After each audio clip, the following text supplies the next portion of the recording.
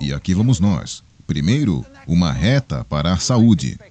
Expectativa de vida dos 25 aos 75 anos. E aqui embaixo, uma reta para a riqueza, com rendimento per capita de 400, 4.000 e 40.000 dólares. Portanto, aqui embaixo todos são pobres e doentes. E aqui em cima todos são ricos e saudáveis.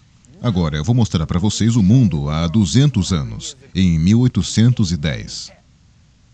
A Europa em laranja, a Ásia em vermelho, o Oriente em verde, a África subsaariana em azul e as Américas em amarelo. O tamanho das bolhas dos países equivale ao tamanho da população. Em 1810, todos estavam amontoados ali embaixo. Todos os países eram pobres e doentes, e a expectativa de vida era inferior a 40 anos, e as coisas eram um pouco melhores só no Reino Unido e nos Países Baixos.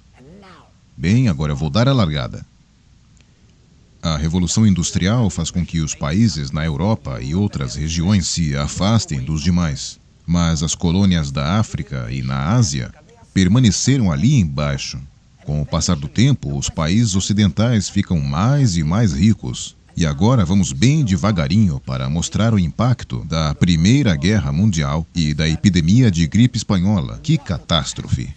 Agora, vamos acelerar para os anos 20 e 30. Apesar da Grande Depressão, os países ocidentais progridem em direção a mais riqueza e mais expectativa de vida. O Japão e alguns outros tentam ir atrás, mas a maior parte dos países continua ali embaixo. Depois das tragédias da Segunda Guerra Mundial, vamos parar um pouquinho para observar o mundo em 1948. A guerra tinha acabado. A Suécia tinha ganhado aquelas medalhas todas nos Jogos Olímpicos de Inverno, mas a diferença entre os países do mundo era maior do que nunca. Os Estados Unidos estavam na frente, com o Japão ganhando terreno, e o Brasil estava muito para trás. O Irã estava enriquecendo muito com o petróleo, mas tinha baixa expectativa de vida. E aqui, os gigantes da Ásia, a China, a Índia, o Paquistão, o Bangladesh, a Indonésia, continuavam todos pobres e doentes. Mas vejam só o que está prestes a acontecer. Lá vamos nós de novo. As antigas colônias se tornam independentes e começam finalmente a ter mais expectativa de vida. E nos anos 70, alguns países na Ásia e na América Latina começam a alcançar os países ocidentais. Alguns países africanos os seguiram, mas outros países africanos ficaram prejudicados com as guerras civis. E agora podemos ver o mundo de hoje, com estatísticas mais recentes. A maior parte das pessoas hoje vive aqui, no meio, entre os países com melhores condições e os países com as piores condições. E há também imensas desigualdades dentro de cada país. Estas bolhas mostram a média dos países. Podemos subdividi-las em pequenas partes. Esta aqui é a China, eu posso dividi-la em províncias. Aquilo ali é Xangai. Ela é tão rica e saudável quanto a Itália hoje em dia. E isto aqui é Guinju, a província pobre do interior da China, que é como o Paquistão.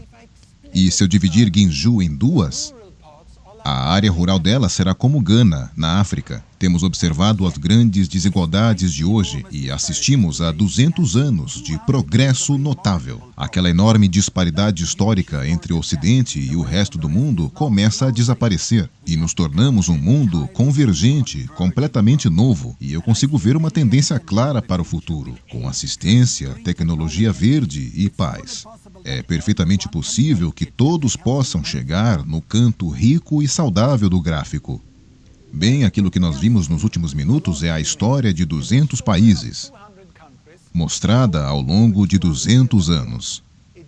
Tivemos que fazer um gráfico com 120 mil números.